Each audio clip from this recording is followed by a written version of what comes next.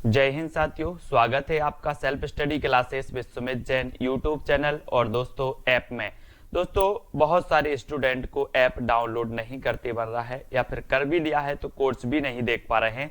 तो मैं आज उनको बता दूं कि ये जो सेल्फ स्टडी क्लासेस इस प्रकार से जब आप प्ले स्टोर से करते हैं तो ये आपका वेल जो है आइकन उसमें लगा हुआ है ना। तो इस प्रकार से सेल्फ स्टडी क्लासेस आपको सर्च करना है और ऐसे आइकन में आपको ऐप मिलने वाला है। ठीक है, तो दोस्तों हम देखें कि प्ले स्टोर में आपको इस प्रकार से दिखेगा ये सेल्फ स्टडी क्लासेस। ठीक है, ये प्ले स्टोर में आपको सेल्फ स्टडी क्लासेस का ऐप दिखने वाला है। ठीक है, ये इमेज उसमें डली है, ये आइकन, ये लोगो उसमें डला है। ठीक है, अब दोस्तों इसको इंस्टॉल करना है, यहां से आप इंस्टॉल करेंगे। ठीक है, अब इंस्टॉल करेंगे तो वहां पर आपको नंबर मांगेगा, जीमेल नंबर मांगेगा, तो आपको ओटीपी आएगा, तो आप रजिस्टर करके आगे बढ़ेंगे। तो सभी लोग तैयार हैं तो एक बार कमेंट में जल्दी से बता दो कि सर हम तैयार हैं पढ़ने के लिए और हिंदी साहित्य के इतिहास को शुरुआत की जाए, है ना। शुरुआत की जाए तो सबसे पहला आज का प्रश्न है कि हिंदी साहित्य के इतिहास का प्रथम लेखक कौन है। फटाक से आपको आंसर बताना है। और मैं कहता हूं साथियों कि जितने भी साथी नहीं जुड़े हैं हिंदी साहित्य के इतिहास से संबंधित, हिंदी व्याकरण से संबंधित सेल्फ स्टडी क्लासेस से जुड़े, जहां पर आपको हर समय दोस्तों डाउट क्लियर आपके किए जाएंगे, हर समय आपके टेस्ट भी करवाए जाएंगे और दोस्तों आप अपना आकलन कर पाएंगे। बहुत सारी चीजें जो आपको कहीं नहीं मिलने वाली वो सेल्फ स्टडी क्लासेस में मिलेंगी, है ना। दोस्तों एक बार आप सेल्फ स्टडी क्लासेस से जुड़ जाओ, है ना। इसमें 5 तारीख के जिसको भी एडमिशन लेना है इसमें ले सकते हैं और इस एडमिशन में दोस्तों आप शुरुआत से तैयारी कर सकते हैं। हिंदी साहित्य के इतिहास का प्रथम लेखक कौन है, प्रथम लेखक आपको बताना है। तो आपने बताया है कि सर हिंदी साहित्य के इतिहास लेखन की अगर बात करोगे, हिंदी साहित्य के इतिहास का, हिंदी साहित्य के इतिहास का जो प्रथम लेखक माना जाता है दोस्तों वो कौन माना जाता है, तब आपका बिल्कुल सही आंसर होगा गारसादा तासी। गारसादा तासी यानी कि आपका जो 1 नंबर है, डी नंबर है, डी नंबर वो बिल्कुल सही हो जाएगा। गारसादा तासी आपने बिल्कुल सही आंसर चयन किया है, वेरी गुड आंसर। गारसादा तासी आपको पता है दोस्तों कि गारसादा तासी ने इस्तवार दाला लेतुतुर एंदु हिंदुस्तानी दोस्तों ग्रंथ लिखा, है ना, जिसका प्रकाशन फर्स्ट भाग दोस्तों 1839 में और सेकंड भाग 1847 में 1847 में प्रकाशित हुए थे, ये याद रख लेना। और गारसादा तासी फ्रेंच विद्वान थे, फ्रेंच विद्वान थे, इसलिए इन्होंने इस्तवार दाला लेतुतुर एंदु हिंदुस्तानी ग्रंथ की रचना भी फ्रेंच भाषा में की है ना। और दोस्तों आपको पता है ये जो ग्रंथ है ये पेरिस से प्रकाशित हुआ था, ये भी आपको याद रख लेना। ठीक है, फिर अगला क्वेश्चन है काशी नागरी प्रचारणी सभा द्वारा हिंदी साहित्य का बृहद इतिहास कितने खंडों में प्रकाशित किया गया। काशी नागरी प्रचारणी सभा द्वारा हिंदी साहित्य का बृहद इतिहास कितने खंडों में प्रकाशित किया गया। 52 का आंसर यहां पर आपको चयन करना है, 52 का आंसर चयन करना है। दोस्तों यहां कंफ्यूज नहीं होना, कहीं कहीं आपको इसका 16 खंड भी मिलेगा, है ना, और यहां पर 18 खंड दिया है। अगर 18 खंड आपके आंसर में या विकल्प में आता है और 16 नहीं आता है तो आपको 18 खंड लगा देना है। 18 खंडों में प्रकाशित हुआ और कहीं कहीं आपको 16 खंड भी मिलेंगे, है ना। तो ये 16 खंड में प्रकाशित हुआ ये भी याद रख लेना है। ठीक है, और यहां पर एक विकल्प दिया है डी नंबर 18 तो आपको लगाना है उत्तर डी। ठीक है, तो डी आपका यहां पर बिल्कुल सही हो जाएगा। और बढ़ जाते हैं अगले प्रश्न की ओर। सभी लोग एक बार लाइक कर देना। और अगला क्वेश्चन है आपका दोस्तों कि हिंदी साहित्य की भूमिका ग्रंथ का लेखक कौन है। हिंदी साहित्य की भूमिका, हिंदी साहित्य की भूमिका, और मैंने आपको कई बार याद करवाया कि भूमिका 40 की हो गई, हजारी की भूमिका 40 की हो गई, यानी कि उत्तर आपका क्या हो जाएगा यहां पर, हजारी की भूमिका 40 की हो गई। बोले सर, है ना, तो 40 की हो गई है। हाँ 16 पढ़ा है, बिल्कुल सतीश जी 16 ही पढ़ा है, बिल्कुल सही है ना। तो हिंदी साहित्य की भूमिका ग्रंथ का लेखक कौन है ये आपको बताना है और उत्तर आपका हो जाएगा, उत्तर हो जाएगा भूमिका, है ना। हजारी की भूमिका कितने की हो गई, 40 की हो गई। तो उत्तर क्या लगाओगे, क्या लगाओगे, हजारी से बनेगा हजारी प्रसाद द्विवेदी। और हिंदी साहित्य की भूमिका ये इन्होंने ग्रंथ लिखा 1940 में, 40 में लिखा दोस्तों, है ना। ये 40 याद रख लेना, हजारी की भूमिका 40 की हो गई। ठीक है, अगला क्वेश्चन, हिंदी साहित्य के इतिहास लेखन की परंपरा में मिश्र बंधुओं ने किस ग्रंथ द्वारा अपना महत्वपूर्ण योगदान किया? किस ग्रंथ द्वारा अपना महत्वपूर्ण योगदान किया? मिश्र बंधुओं की बात करते हैं तो कई बार मैंने आपको बताया है, रट लेना इस चीज को कि सर अगर मिश्र बंधु की बात करोगे तो मिश्र बंधु आरंभ से साथ में रहे, आरंभ से साथ रहे, इसलिए इन्होंने आदि काल को क्या नाम दिया? आरंभिक काल नाम दिया। आपको पता है तो इनको भूलना नहीं है। श्याम गणेश सुखदेव, श्याम गणेश सुखदेव, ये 3 भाई थे, ये 3 भाई मिश्र बंधु थे। इनको याद कर लेना, बार बार पढ़ना, पूछा जाता है कि निम्न में से बताइए कौन सा मिश्र बंधु में शामिल नहीं था, है ना? तो आपको श्याम गणेश सुखदेव याद रखना। और दोस्तों मिश्र बंधुओं ने जो योगदान दिया, जो ग्रंथ लिखा, उस ग्रंथ का नाम था मिश्र बंधु विनोद, मिश्र बंधु विनोद। और ये मिश्र बंधु विनोद 4 भागों में प्रकाशित हुआ, 4 भागों में प्रकाशित हुआ। और इस मिश्र बंधु विनोद में हिंदी साहित्य के इतिहास को 5 कालखंडों में विभाजित किया गया, ये भी याद रख लेना। इस मिश्र बंधु में दोस्तों लगभग 5000 कवियों का दोस्तों वर्णन इसमें मिलता है, इसमें चित्रण मिलता है, ये भी याद रख लेना। और ये जो मिश्र बंधु की बात कर रहे हो, ये जो मिश्र बंधु की दोस्तों आप क्या कर रहे हो, बात कर रहे हो, इन मिश्र बंधुओं को आपको अच्छे से पढ़ना है, क्योंकि इनका जो मिश्र बंधु विनोद है ये दोस्तों 1913 में इसके कितने भाग प्रकाशित हुए थे? बोले सर इसके 3 भाग प्रकाशित हुए थे 1913 में। और 14 की अगर बात करोगे, चौथे भाग की बात करोगे तो चौथा भाग इनका 1934 में प्रकाशित हुआ था मिश्र बंधुओं का। अगर कभी ऑप्शन में आ जाए कि मिश्र बंधु विनोद में कितने कवियों का उल्लेख मिलता है, तो ऑप्शन में 4591 आ जाए तो 4591 लगा देना। और लगभग पूछा जाए तो लगभग 5000 लगा देना। ठीक है, तो 4 भागों में प्रकाशित 5 कालखंडों में हिंदी साहित्य के इतिहास को इसमें बांटा गया। 1913 में 3 भाग, 34 में चौथा भाग इसमें प्रकाशित हुआ, इसको याद कर लेना। हिंदी साहित्य के इतिहास लेखन से पूर्व किस प्रसिद्ध ग्रंथ में हिंदी के विभिन्न कवियों के जीवन वृत्त एवं कृतित्व का परिचय मिलता है? तो किसमें मिलता है? 55 का आंसर आपको चयन करना है। सभी लोग उत्तर बताएंगे 55, और 55 में नितिका जी उत्तर क्या हो जाएगा? उत्तर आपको बताना है, उत्तर क्या हो जाएगा जल्दी से बताओ। हिंदी साहित्य के इतिहास लेखन से पूर्व किस प्रसिद्ध ग्रंथ में हिंदी के विभिन्न कवियों के जीवन वृत्त एवं कृतित्व का परिचय मिलता है? और प्रश्न क्रमांक अपना 55 है और आपने पढ़ा है, क्या पढ़ा है जल्दी से बताओ। यशरत्ती जी, दारसू जी, क्या पढ़ा है? बोले सर हमने पढ़ा है कि 84 वैष्णव की वार्ता गोकुलनाथ द्वारा रचित ये रचना है ना? 84 वैष्णव की वार्ता या 200 वैष्णव की वार्ता हिंदी साहित्य के इतिहास लेखन से पूर्व प्रसिद्ध ग्रंथ था। कौन सा?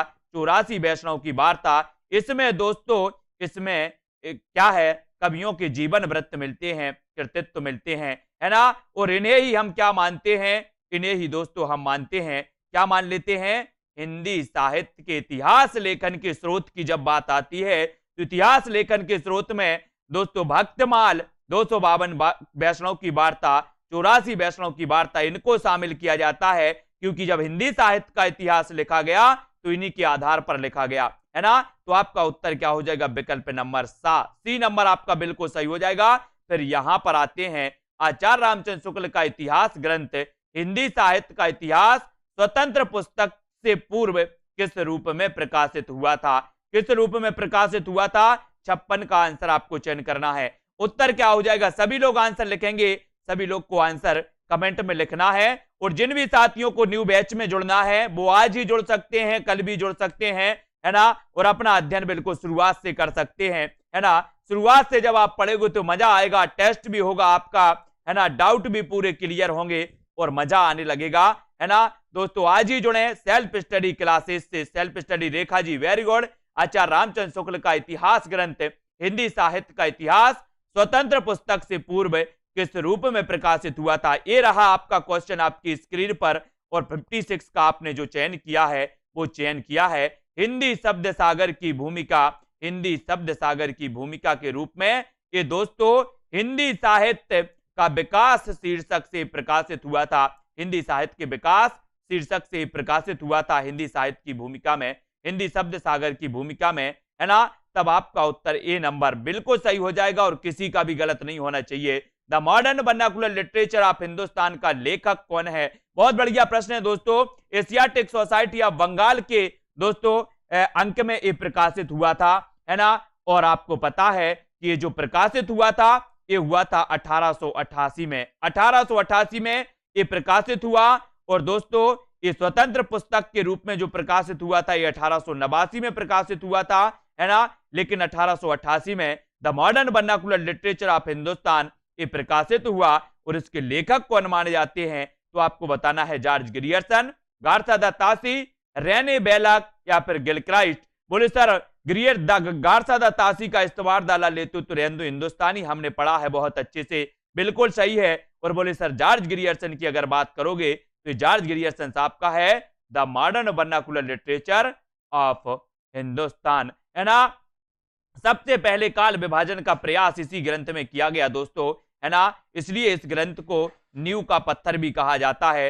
हिंदी साहित्य के इतिहास का नींव का पत्थर किसे कहा जाता है? आपसे क्वेश्चन पूछा जाएगा तो आपको लगाना है the modern vernacular literature of Hindustan. और ये नंबर आपका बिल्कुल सही हो जाएगा। ये जिन्होंने लगाया वो बिल्कुल सही है। हिंदी साहित्य इतिहास की परंपरा में सर्वोच्च स्थान किस लेखक को मिला? 58 का आंसर हिंदी साहित्य इतिहास की परंपरा में सर्वोच्च स्थान किस लेखक को मिला? 58 का आंसर। और बिल्कुल सही आंसर होना चाहिए, बिल्कुल सही है दीना जी। उत्तर क्या हो जाएगा? इसका उत्तर क्या हो जाएगा? बहुत जल्दी प्रश्न क्रमांक 58 का आंसर बताना है। और 58 का हिंदी साहित्य इतिहास की परंपरा में सर्वोच्च स्थान किस लेखक को मिला? तो आपको पता है बोले सर सर्वोच्च स्थान सबसे व्यवस्थित जो हिंदी साहित्य का इतिहास माना जाता है वो इतिहास माना जाता है आचार्य रामचंद्र शुक्ल का।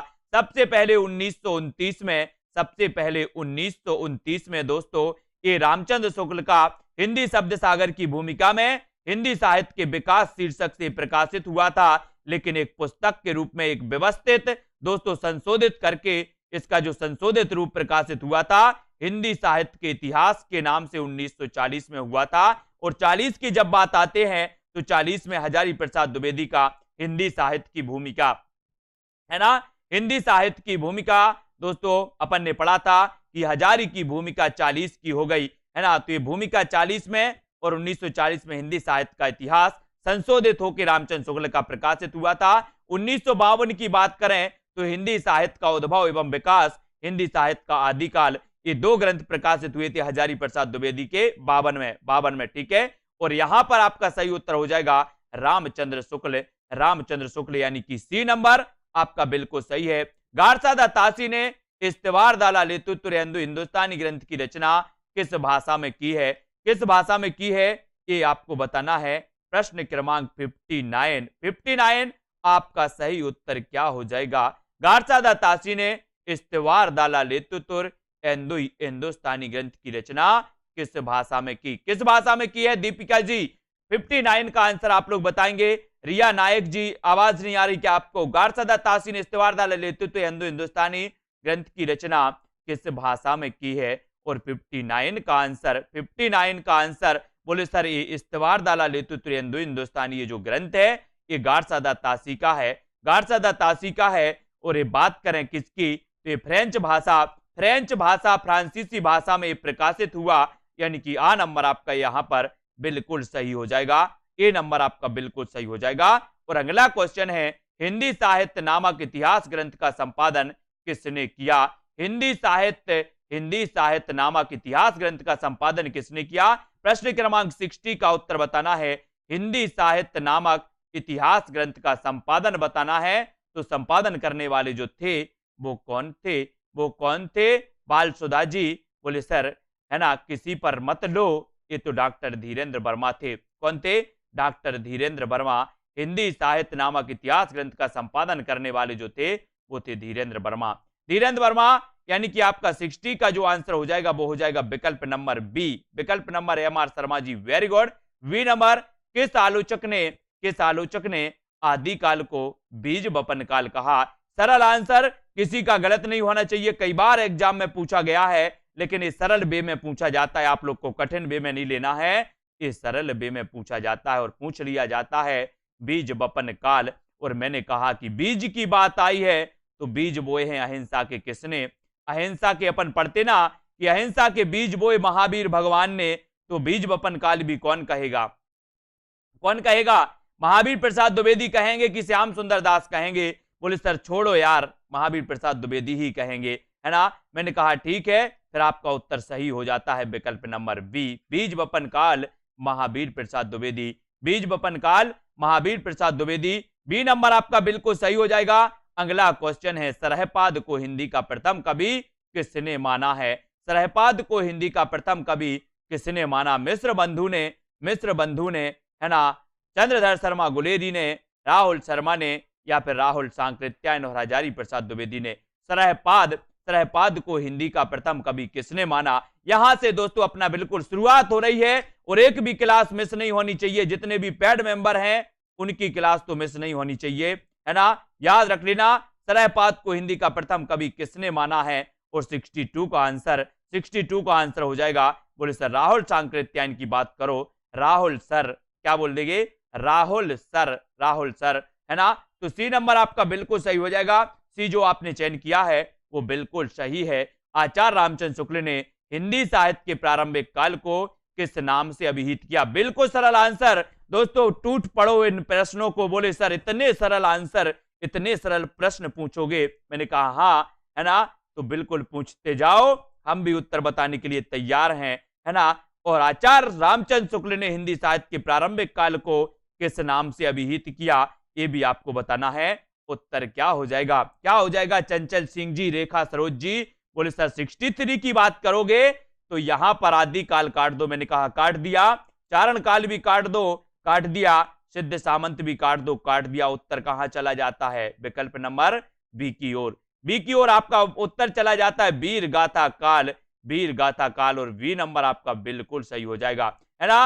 वीर गाथा काल इन्होंने नाम जब दिया दोस्तों तो इन्होंने 12 रचनाएं प्रमाणिक मानी, और 12 रचनाओं में जिन प्रमाणिक रचनाओं को माना इन्होंने वीर रस से प्रधान ओतप्रोत, है ना, उनमें कुछ श्रृंगार रचनाएं भी मानी जाती हैं। तब इनकी वीर गाथा काल की आलोचना हुई। ये वीर गाथा काल नहीं हो सकता, तो लोगों ने, हजारी प्रसाद द्विवेदी ने इसे आदिकाल कह दिया। और आदिकाल जब कह दिया तो आपको पता होगा कि आदिकाल नाम ही चढ़ पड़ा, और इसे हम आदिकाल ही जानते हैं। और रामचंद्र शुक्ल ने दोस्तों इसकी जो अवधि मानी 1050 से लेकर के 1375, 1050 से लेकर के 1375 मानी, ये भी आपको याद रख लेना है। और 1000 से लेकर के 1050 तक द्विवेदी जी ने मानी है ना। तो इनको कालक्रम भी अपन को याद रखना है। फिर आपसे क्वेश्चन पूछा जाता है कि हिंदी साहित्य के अंतर्गत किस काल को हिंदी साहित्य का स्वर्ण युग कहा जाता है? स्वर्ण युग बताना है दोस्तों। आपको पता होगा जॉर्ज ग्रियर्सन ने सबसे पहले हिंदी साहित्य के उस युग को जिसे आपको बताना है, क्या कहा था? स्वर्ण युग कहा था। फिर श्याम सुंदर दास ने इसे स्वर्ण काल भी कहा था दोस्तों, ये याद रख लेना। तो श्याम सुंदर दास और जॉर्ज ग्रियर्सन ने इसे स्वर्ण युग, स्वर्ण काल के रूप में दोस्तों इसे पुकारा, है ना।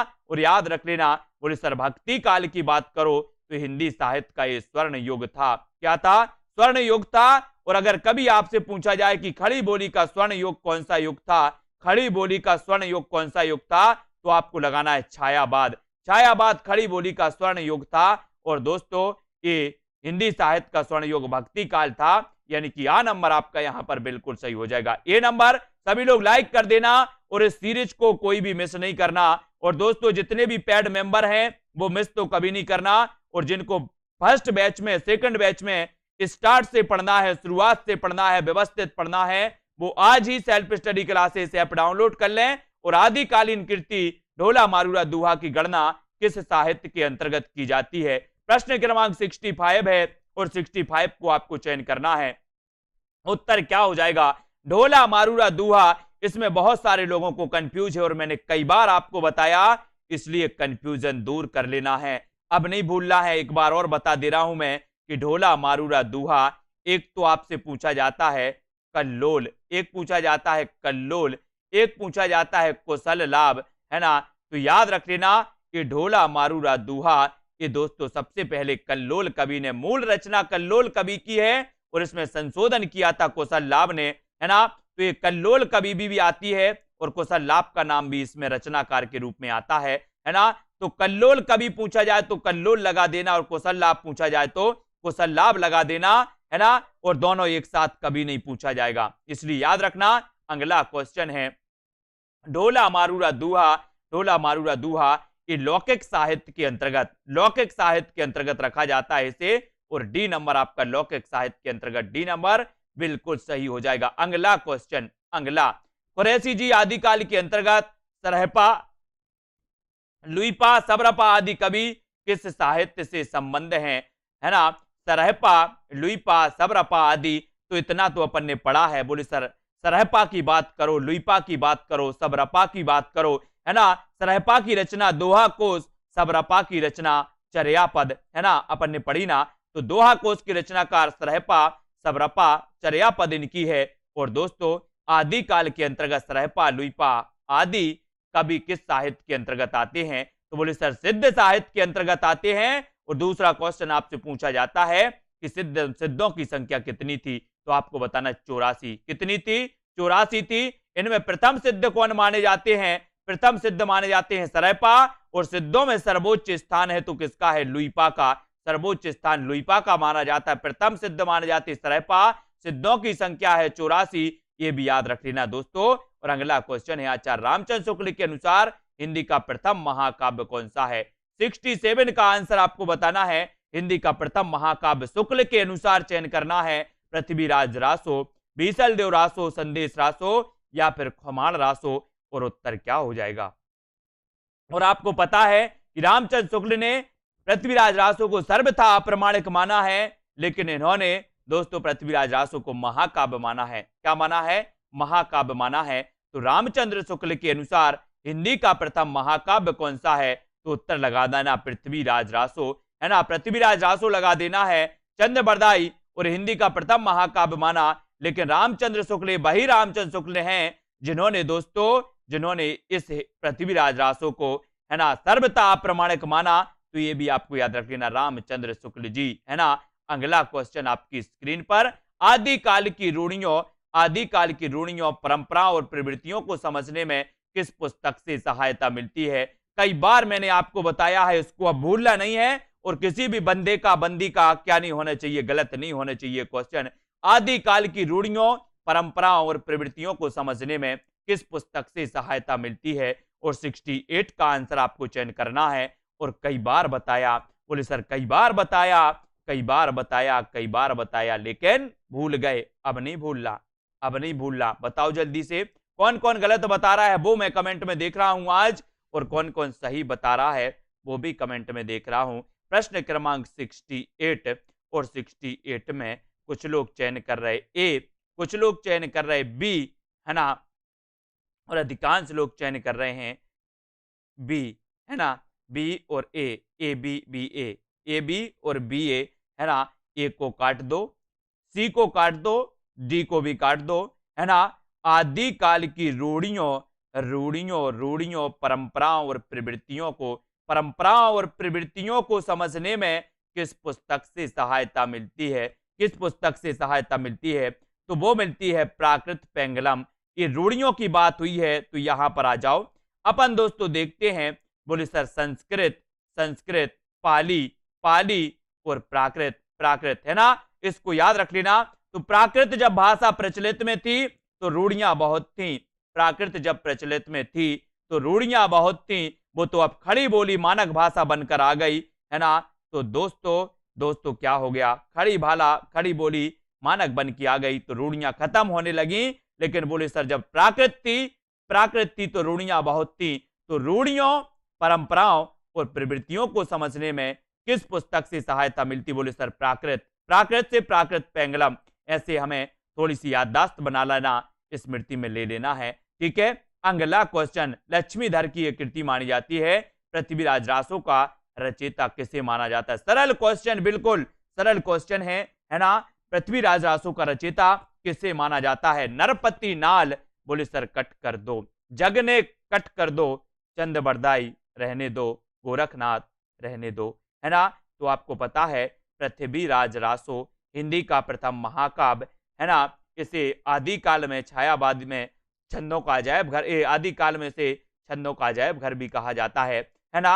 अपन पढ़ते हैं, बोले सर छंदों का अजायब घर किसे कहा जाता है, तो आपको बताना रामचंद्रिका को, है ना। आदिकालीन किस कृति को छंदों का अजायब घर कहा जाता है, तो आदिकालीन जो कृति है वो है पृथ्वीराज रासो, है ना, याद रख लेना। और पृथ्वीराज रासो का जो रचेता है वो रचेता कौन है, तो वो रचेता है चंद्रबरदाई। बोले सर पृथ्वी का एकमात्र उपग्रह है चंद्रमा, तो इसके रचेता भी चंद्रमा से बनेगा, चंद्रबरदाई। ठीक है, तो सी नंबर बिल्कुल सही। रासो काव्य परंपरा में गे काव्य कौन सा है, गे काव्य कौन सा है, रासो काव्य परंपरा में गे काव्य कौन सा है, बीसल देव रासो, परमाल रासो, वर्ण रत्नाकर, राउल बेल, यानी कि 70 का आंसर गे काव्य कौन सा माना जाता है। श्रृंगार परक रचना कौन सी मानी जाती है, अजमेर के शासक से संबंधित रचना कौन सी मानी जाती है, ये भी आपको बताना है। नरपति नाल की रचना कौन सी मानी जाती है, और गे काव्य कौन सा माना जाता है। तो ये सारे क्वेश्चन 3-4 वर्ण के 3-4 प्रकार के दोस्तों क्वेश्चन हैं जो आपसे पूछे जाएंगे, और आपसे पूछे जाएंगे तो बोले सर हम भी तैयार हैं, और हम भी तैयार हैं, तो उत्तर होगा बीसल देव रासो। बीसल देव रासो आपका बिल्कुल सही हो जाएगा। और जिन भी साथियों ने दोस्तों self study classes app download नहीं किया, वो ऐप डाउनलोड करें, प्ले स्टोर में सर्च करें self study classes, self study classes आपको सर्च कर लेना है ना। और दोस्तों जुड़ जाना है। और जो भी साथी बैच नंबर 2 से जुड़ना चाहते हैं, जहां से प्रारंभ से अध्ययन चालू हो गया है, प्रारंभ से अध्ययन हो रहा है, और दोस्तों 8 तारीख का फर्स्ट टेस्ट होगा, बैच 2 का फर्स्ट टेस्ट होगा 8 तारीख को, उसमें आप जुड़ सकते हैं, है ना। अपने अध्ययन को बहुत अच्छा बना सकते हैं, है ना, गहराई तक पढ़ सकते हैं दोस्तों, एक एक चीज पढ़ सकते हैं। एग्जाम तो एग्जाम होता है, क्या पूछ ले किसको पता, है ना। दामोदर शर्मा द्वारा लिखित उक्ति व्यक्ति प्रकरण किस प्रकार का ग्रंथ है, उक्ति व्यक्ति प्रकरण, सबसे पहली बात तो ये दामोदर शर्मा का ग्रंथ है, दामोदर शर्मा का ग्रंथ है, तो उत्तर भी यहां पर हो जाएगा उक्ति व्यक्ति प्रकरण। उक्ति व्यक्ति प्रकरण ये माना जाता है व्याकरण ग्रंथ। कैसा माना जाता है, व्याकरण ग्रंथ। दामोदर शर्मा का उक्ति व्यक्ति प्रकरण व्याकरण ग्रंथ माना जाता है। व्याकरण ग्रंथ को याद रख लेना, और उत्तर हो जाएगा आपका विकल्प नंबर सी, यानी कि सा नंबर आपका बिल्कुल सही है सुनील शर्मा जी, विवादर्श जी। अगला क्वेश्चन आपकी स्क्रीन पर, आदिकाल में खड़ी बोली को काव्य की भाषा बनाने वाला पहला कवि कौन है। आदिकाल में खड़ी बोली को आपने देखा होगा दोस्तों कि खड़ी बोली का स्वर्ण योग छायावाद योग, है ना। खड़ी बोली का दोस्तों आपको पता है कि खड़ी बोली काव्य की भाषा भारतेंदु युग में नहीं रही, लेकिन जैसे ही द्विवेदी युग आया और महावीर प्रसाद द्विवेदी ने खड़ी बोली को दोस्तों प्रोत्साहन किया, खड़ी बोली का समर्थन किया, और काव्य की भाषा बना दिया खड़ी बोली को, है ना। आदिकाल में जो खड़ी बोली थी वो गद्य तक सीमित रही, है ना। और आदिकाल में खड़ी बोली को काव्य की भाषा बनाने वाला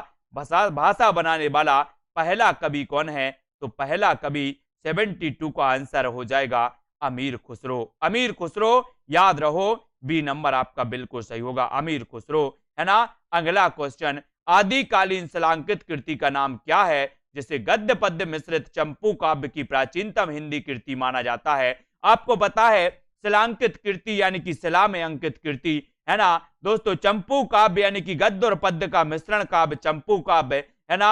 और काव्य की प्राचीनतम हिंदी कृति माना गया है, तो किसे माना गया है। जल्दी से अंगूठा चला देना सभी लोग, लाइक कर देना। आदिकालीन शिलांकित कृति का नाम क्या है जिसे गद्य पद्य मिश्रित चंपू काव्य की प्राचीनतम हिंदी कृति माना गया। तो बोले सर वर्ण रत्नाकर काट दो, मैंने काट दिया। खालिक बारी काट दो, काट दिया। दो सुखने काट दो, काट दिया। उत्तर आता है आपका राउल बेल। राउल बेल यानी कि शिलांकित कृति है राउल बेल, है ना। इसको याद रख लेना। और ये रोड़ा कवि की रचना है, किसकी है, रोड़ा कवि की। रोड़ा राउल बेल की रचनाकार है रोड़ा कवि। गद्य पद्य मिश्रित चंपू काव्य है, शिलांकित कृति है। और ये शिलांकित कृति मालवा मध्य प्रदेश में ये शिला पर अंकित है ना। मालवा मध्य प्रदेश में शिला में अंकित है, ये भी याद रखो। अमीर खुसरो किस तरह की रचनाओं के लिए प्रसिद्ध है। अमीर खुसरो किस तरह की रचनाओं के लिए प्रसिद्ध है। सभी को लाइक कर देना है, फटाफट से वीडियो को शेयर भी कर देना अपने मित्रों तक, और दोस्तों पढ़ते जाना, इस सीरीज को छोड़ना नहीं है, एक भी प्रश्न मिस नहीं होना चाहिए आपका, इसलिए समय से आना है। और दोस्तों आपको क्या करना है, आपको करना है दोस्तों, क्या करना है, self study classes app download कर लेना है, जिसमें आप फर्स्ट सेकंड बैच से जुड़ करके अपनी तैयारी को शुरू कर सकते हैं। टेस्ट भी होगा, ट्रिक भी होगी, विस्तृत अध्ययन भी होगा, सब कुछ होगा, यहाँ पूरी चीजें आपको मिलेंगी, है ना। याद करवाने का ठेका सिर्फ सेल्फ स्टडी क्लासेस लेता है, और कहीं चले जाओ दुनिया में, है ना। याद रख लेना, अमीर खुसरो किस तरह की रचनाओं के लिए प्रसिद्ध है, तो उत्तर हो जाएगा दोस्तों प्रश्न क्रमांक 74। और 74 में होगा क्या, 74 में होगा पहेलियां और मुकरियां, पहेलियां और मुकरियां। अभी एक एचपी टेट में क्वेश्चन पूछा गया था, एचपी टेट में, कि नए जमाने की मुकरियां, नए जमाने की मुकरियां ये रचना किसने की है, तो आपका नए जमाने की मुकरियां होता है किसकी, नए जमाने की मुकरियां भारतेंदु, भारतेंदु, है ना। और दोस्तों पहेलियां और मुकरियां लिखी हैं कौन, अमीर खुसरो प्रसिद्ध थे, लेकिन नए जमाने की मुकरियां ये दोस्तों आपका हो जाएगा भारतेंदु हरिश्चंद्र, नए जमाने की मुकरियां भारतेंदु हरिश्चंद्र, है ना। और यहां पर आ जाते हैं, आदिकालीन साहित्य में वीर रस की रचनाओं में किस शैली का प्रयोग किया गया, आदिकालीन साहित्य में वीर रस की रचनाओं में किस शैली का प्रयोग किया गया, ये आपको बताना है। प्रश्न क्रमांक 75 और 75 का रतिपाल जी उत्तर क्या हो जाएगा, आदिकालीन साहित्य में, आदिकालीन साहित्य में वीर रस की रचनाओं में किस शैली का प्रयोग किया गया, ये भी आपको याद रख लेना है। उत्तर क्या हो जाएगा, उत्तर बताना है। आयशा यादव जी, एच टेट हुआ, ऐसा नहीं आया तो आपने एनसीईआरटी पढ़ी थी क्या, एच टेट की, है ना। एच टेट में कुछ क्वेश्चन एनसीईआरटी के आते हैं, उनको पढ़ना जरूरी होता है। यूकेएलटी में कुछ एनसीईआरटी से आते हैं, उनको पढ़ना जरूरी होता है ना। पूरा डिपेंड अगर हिंदी साहित्य के इस पर हो जाओगे आप, इतिहास पर, तो वो चीजें आपको दोस्तों क्या होती हैं, है ना, वो चीज आपका पेपर पूरा हल नहीं करवा पाती। तो एनसीईआरटी अगर आपने पढ़ी थी तो एच टेट भी आप क्लियर कर जाते, है ना। बहुत सारे साथियों ने एच टेट भी क्लियर किया है, एचपी टेट भी क्लियर किया है, और पंजाब मास्टर कैडर भी क्लियर किया है ना। आदिकालीन साहित्य में वीर रस की रचना में किस शैली का प्रयोग किया गया, तो प्रश्न क्रमांक 75 और 75 का जो उत्तर हो जाएगा, वो उत्तर हो जाएगा दोस्तों कौन सा, वो हो जाएगा कौन सी, वीर रस की रचनाओं में किस शैली का प्रयोग किया गया, तो वीर रस की रचनाओं में किया गया दोस्तों डिंगल शैली का, कौन सी, डिंगल, डिंगल, डिंगल, यानी कि आपका जो बी नंबर है 75 का बी नंबर आपका सही हो जाएगा। डिंगल शैली का वीर रस की रचनाओं में डिंगल, और बी आपका बिल्कुल सही है, ठीक है, बिल्कुल सही है। अगला क्वेश्चन है, आदिकाल के किस पंथ से भक्ति काल के संत मत का विकास हुआ था, ये आपको बताना है। प्रश्न क्रमांक क्या हो जाएगा, ठीक है, 76 का आंसर, आदिकाल के किस पंथ से भक्ति काल के संत मत का विकास हुआ, तो जल्दी से बताना है। प्रश्न क्रमांक 76, आदिकाल के किस पंथ से भक्ति काल के संत मत का विकास हुआ, तो किसका हुआ, बौद्ध का, जैन, नाथ या फिर वज्रयान, किसका हुआ। 76,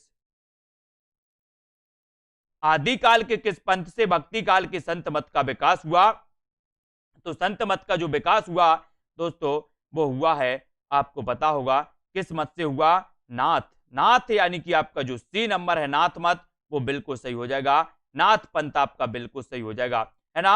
अगला क्वेश्चन, डॉक्टर रामकुमार वर्मा ने आदिकाल का नामकरण किस रूप में किया, किस रूप में किया, आप भ्रंश से, संधि काल, उच्चारण काल, सिद्ध, सामंत काल, अंधकार काल, और रामकुमार वर्मा ने आदिकाल का नामकरण किस रूप में किया है, किस रूप में किया आदिकाल का नामकरण, और उत्तर क्या हो जाएगा, उत्तर बताना है। आदिकाल का नामकरण पूछा जाता है, और 77 का आंसर, 77 का आंसर हो जाता है संधि काल, संधि काल और चारण काल, है ना, संधि काल और चारण काल, यानी उत्तर आपका हो जाएगा विकल्प नंबर बी, है ना।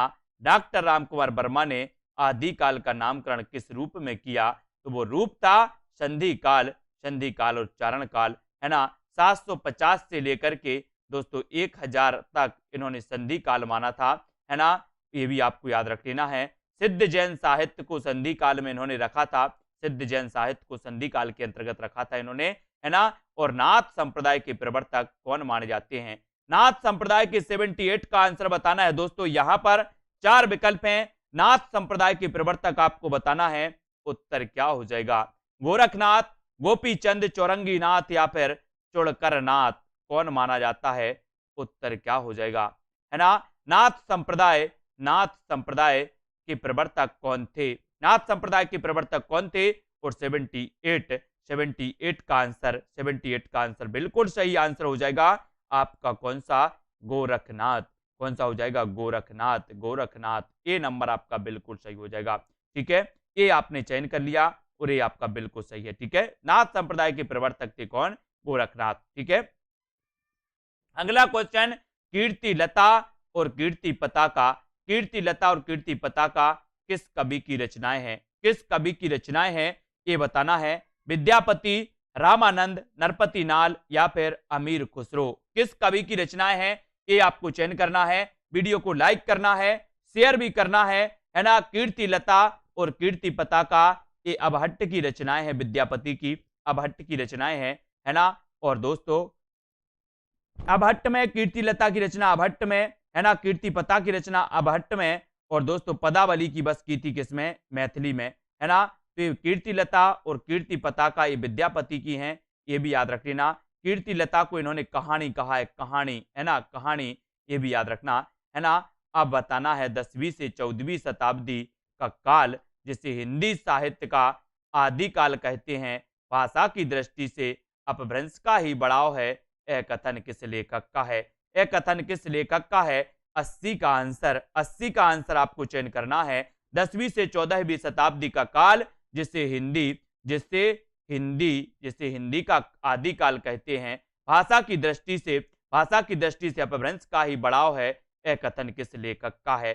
प्रश्न क्रमांक 80 में आपको चयन करना है और बढ़िया प्रश्न है दोस्तों। और एक क्वेश्चन जो आया था, जो मैंने आपको कई बार बता दिया कि मैं जोर देकर कहना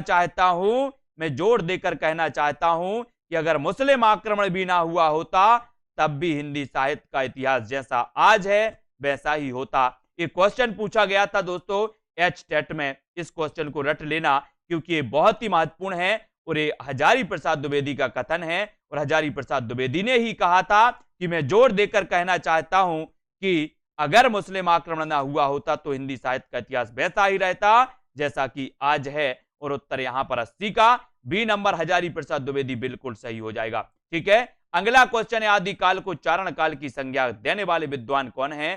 तो 4 विकल्प हैं और उत्तर आपको ही चयन करना है। सभी लोग एक बार लाइक कर देना और जिन भी साथियों ने अभी तक self study classes app download नहीं किया है वो ऐप डाउनलोड कर लें। और 5 तारीख यानी कि आज से बैच स्टार्ट हो गया है दोस्तों आपका हिंदी साहित्य बैच नंबर 2 यानी कि बिल्कुल शुरुआत से हिंदी साहित्य के इतिहास लेखन के स्रोत से ये स्टार्ट है ना। आप भी अभी एडमिशन ले सकते हैं, है ना। कोई जानकारी आप चाहते हो तो दोस्तों आप यहां से आप नंबर चल रहा है तो उसमें जानकारी ले सकते हो। और आदिकाल को चारण काल की संज्ञा जो दी थी वो थी जॉर्ज ग्रियर्सन यानी कि बी नंबर आपका जॉर्ज ग्रियर्सन बिल्कुल सही हो जाएगा। बी नंबर सही हो जाएगा, है ना। सिद्ध साहित्य के अंतर्गत सिद्धों की संख्या कितनी मानी गई? सिद्ध साहित्य के अंतर्गत सिद्धों की संख्या कितनी मानी गई? तो सिद्धों की संख्या तो आपको पता है ना। और सिद्धों और नाथों की संख्या, ये क्वेश्चन आया था पंजाब मास्टर कैडर में अभी कि सिद्धों की संख्या कितनी है और नाथों की संख्या कितनी है। तो सभी लोगों को लगभग पता है कि 84 सिद्ध और 9 नाथ, है ना। ये पंजाब मास्टर कैडर में क्वेश्चन आया था।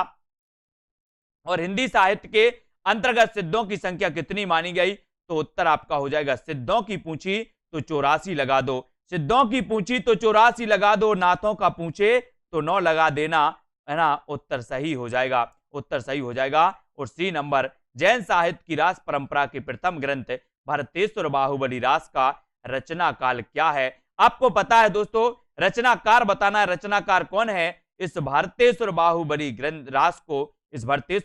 रास को?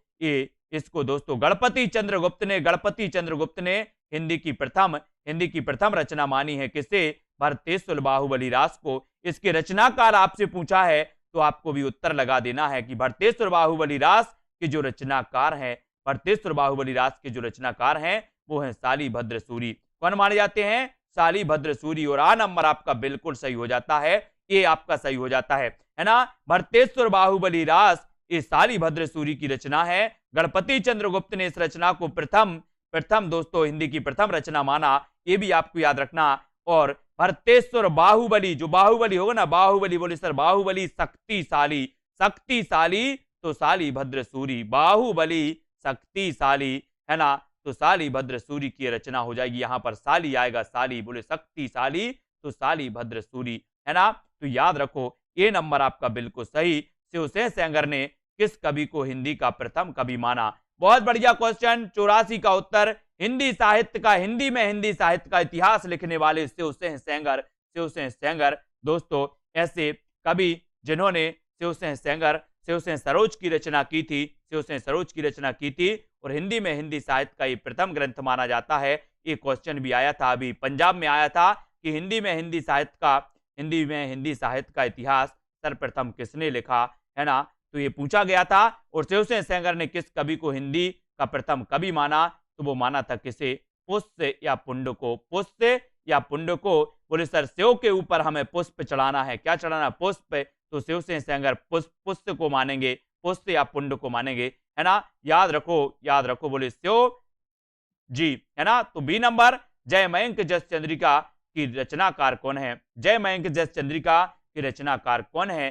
प्रश्न क्रमांक 85 और 85 का उत्तर क्या हो जाएगा? ये छोटे छोटे प्रश्न आपको रट लेना है। इन जब प्रश्न ये पूछ लिए जाएं कभी, तो इनसे प्रश्न गलत नहीं होना चाहिए, इसलिए इन प्रश्नों को रट लेना है, इन प्रश्नों को याद कर लेना है। ये प्रश्न भी पूछे जाते हैं, ऐसा नहीं है कि ये नहीं पूछे जाते, प्रश्न भी पूछे जाते हैं और ये छोटे छोटे प्रश्न आपके गलत नहीं होनी चाहिए, है ना। अगर ये गलत होते हैं तो कट ऑफ तो यही बिगाड़ देते हैं, है ना। तो जय मयंक जस चंद्रिका, जय मयंक जस चंद्रिका दोस्तों किस कवि की रचना है? तो याद रख लेना, जय मयंक जस चंद्रिका मधुकर कवि, मधुकर कवि यानी कि मधुकर कवि। डी नंबर आपका बिल्कुल सही हो जाएगा। वाक्य के अशुद्ध भाग का चयन कीजिए। एक पूरा वाक्य, उसमें से अशुद्ध आपको छांटना है। तो लिखा है दीपावली पर कुछ लोग चमचमाती चांदी के बर्तन खरीदने का लोभ संवरण ना कर सके। मतलब यहाँ पर क्या होना चाहिए? देखो, दीपावली पर लोग चमचमाती चांदी के बर्तन नहीं, ठीक है, चांदी के चमचमाते बर्तन होना चाहिए। तो बी इसका गलत है, बाकी ठीक है। आगे देखें, निम्नलिखित में से वाक्य के शुद्ध रूप का चयन कीजिए। फिर से ऐसे ही वाक्य आ गया है, तो देखें, नेताओं का हित इसमें है कि लोग आपस में लड़ते रहें, ठीक है, नेताओं का हित इसमें है कि लोग आपसी लड़ाई से दूर रहें, जल्दी शुद्ध पहचानना है, ठीक है। नेताओं का हित इसमें है कि लोग आपस में लड़ते रहें, ये वाला ठीक हो जाएगा, ठीक है, ये शुद्ध है। प्रत्येक वाक्य में अशुद्ध भाग का चयन कीजिए। अब अशुद्ध का चयन करना है। प्रत्येक देशवासियों को देश की सेवा में तन मन धन पर करना चाहिए। तो प्रत्येक देशवासियों कह रहे, प्रत्येक देशवासी होता है, या तो देशवासियों को सीधा कह देते, प्रत्येक की जरूरत नहीं थी। तो ये गलत है, बाकी ठीक है वाक्य। अब आप खुद सोचें, जब वाक्य की आपको अशुद्धि पहचानना हो ना मित्र, तो एक काम करना, आप खुद वाक्य बोल करके देखना कि आप किसी से कोई वाक्य बोल रहे हैं तो आपको कहाँ गड़बड़ लग रही है, अपने आप समझ में आ जाएगी, ठीक है। ये वाक्य आप समझ लिया करें कि सामने कोई है, मैं उससे बोल रहा हूँ, कहाँ गड़बड़ हो रही है आपको अंदाजा लग जाएगा। तो आगे देख लेते हैं। आतंकवाद शायद एक दिशाहीन उद्देश्यहीन अंधेरा है जो विश्व शांति एवं प्रगति को निकल रहा है। अब आप किसी के आतंकवाद के बारे में चर्चा कर रहे हैं तो आप क्या बोलेंगे? आतंकवाद शायद एक दिशाहीन है, शायद नहीं भैया, तो पक्का है, आप यही बोलेंगे, शायद नहीं लें, आतंकवाद एक दिशाहीन उद्देश्यहीन अंधेरा, ऐसा बोलेंगे, ये नहीं बोलेंगे शायद। अरे भैया जग जाहिर है ये तो अपने आप पहचान सकते हैं आप, ठीक है ना, क्योंकि आप डेली हिंदी बोल रहे, सुन रहे, सब कर रहे हैं। वाक्य के अशुद्ध भाग का चयन कीजिए, जल्दी से देख लीजिए अशुद्ध भाग। हाँ, तो यहाँ पर जो इसका अशुद्ध हो जाएगा वो आपको बताएं। तुम कक्षा में आते हो तो तुम्हारी पुस्तक साथ क्यों नहीं लाते? अब बोल दिया तुम कक्षा में आते हो तो पुस्तक साथ क्यों नहीं लाते, तुम्हारी की कोई ज़रूरत नहीं थी, बता दिया कि भाई तुम की बात हो रही, रिपीटेशन क्यों है, तो ये गलत हो जाएगा बी। वाक्य में अशुद्ध भाग का चयन कीजिए। वाक्यगत अशुद्धि 2 नंबर का है दोस्तों मैटर, तो इसलिए पूरे क्वेश्चन पढ़ लीजिएगा। तो अब देखें, हाँ जल्दी से कमेंट कर दें A B C या D। तो आपको बता दें कि गुड़ी मनुष्य कहता है, ठीक है, कि मैं विविध प्रकार के दुखों को सहन करके भी दुखी नहीं हूँ। गुड़ी नहीं, अब यहाँ पे दुख सहने की बात हो रही तो साहसी होना चाहिए। साहसी मनुष्य कहता है, जिसमें साहस होता है कि दुखों को सहन भी कर रहे फिर भी मैं दुखी नहीं हूँ, ऐसा। वाक्य में अशुद्ध भाग का चयन कीजिए, ठीक है, एक ही वाक्य दिया है। तो आगे देखें, फूल में सुगंध होती है और तितली के पास सुंदर पंख। तितली के पास नहीं, तितली के सुंदर पंख होते हैं, अलग चीज थोड़ी ना, तितली और पंख कोई अलग अलग थोड़ी ना कि उसके पास होंगे। तो ये सी इसका इस वाक्य का गलत हो जाएगा। आगे देखें, वाक्य के अशुद्ध भाग का चयन कीजिए। अध्यापक ने आज हमारे को नया पाठ पढ़ाया। अब आज हमारे को क्यों कर दिया भैया? आज हमारे को नहीं, हमें कर देते। अपन कोई भी वाक्य कभी भी बोलना है तो कम शब्दों में पूरी बात हो सके तो उसको ज़्यादा शब्द नहीं लेना है। जब इतने में काम चल सकता था, आज हमें नया पाठ पढ़ाया, तो हमारे को क्यों बोला, इसलिए ये अशुद्ध हो जाएगा। अभ्यास करते रहें आप, हमारे अभ्यास लगा लें। अभी 584 आ गया इसी PDF का, तो आप सोच लें कितने प्रश्न हो गए हैं, कितने होने हैं। तो बस आप जुड़े रहिए। वाक्य के अशुद्ध भाग का चयन कीजिए, ठीक है। तो लिखा है, बुरा से बुरा आदमी भी सम्मान चाहता है। अब यहाँ बोला बुरा से बुरा, तो बुरे से बुरा होना चाहिए, बुरे से बुरा आदमी, ठीक है। इस प्रकार से ये इसका अशुद्ध हो जाएगा। कम समय में आपका हम चाहते हैं कि ज़्यादा काम बन जाए, इसलिए बहुत लंबा वीडियो नहीं लाते कि 1 घंटे का वीडियो लाएं और केवल 20 प्रश्न पर चर्चा करें, तो क्या मतलब निकलेगा, ठीक है। इसलिए वाक्य के अशुद्ध भाग का चयन कीजिए, जल्दी से बता दें। तो वाक्य के अशुद्ध भाग का है कि जिस प्रकार आभूषणों के द्वारा शरीर की शोभा बढ़ जाती है, ठीक है, उसी प्रकार अलंकारों से भाषा में लालित्य आ जाता है। यहाँ पर ये है, 5 वाक्य दिए हैं, कोई त्रुटि नहीं। तो यहाँ पर आपको बता दें कि इसमें अशुद्ध हो जाएगा कि जिस प्रकार से आभूषणों के द्वारा शरीर की शोभा बढ़ जाती है, ठीक है। अशुद्ध भाग, तो शरीर की शोभा बढ़ जाता है, लिखा है जाती है होना चाहिए, ठीक है। इस प्रकार से हो जाएगा अशुद्ध। वाक्य में अशुद्ध भाग का चयन कीजिए, जल्दी से पहचानिए भाई अशुद्ध भाग। तो आपको बता दें, सीता राम की आज्ञाकारी पत्नी थी।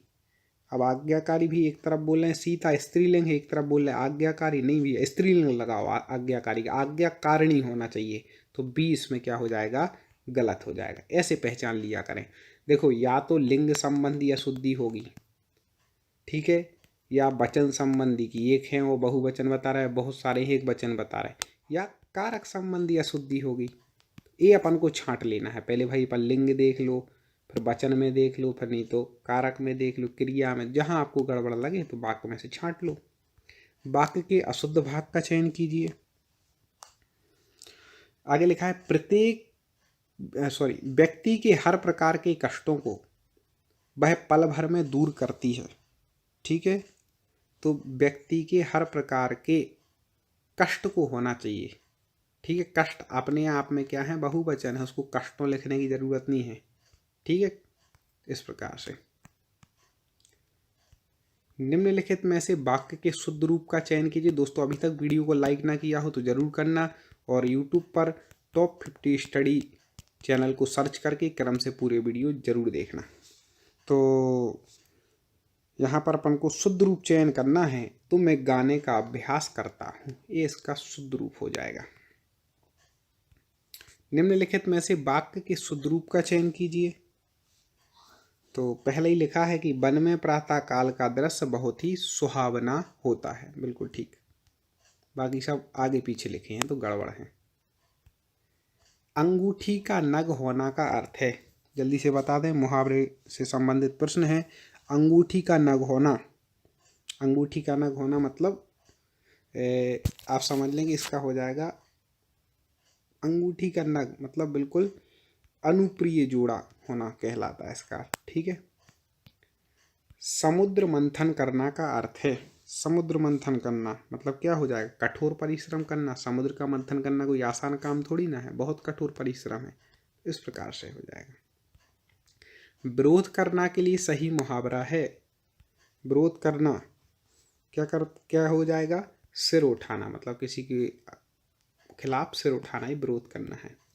नाश कर देना के लिए सही मुहावरा है, जल्दी से बता दें। नाश कर देना, बिल्कुल पानी फेर देना। अपन नहीं कहते भैया तुमने तो सब सत्यानाश कर दिया, पानी फेर दिया, तो नाश कर देना मतलब पानी फेर देना।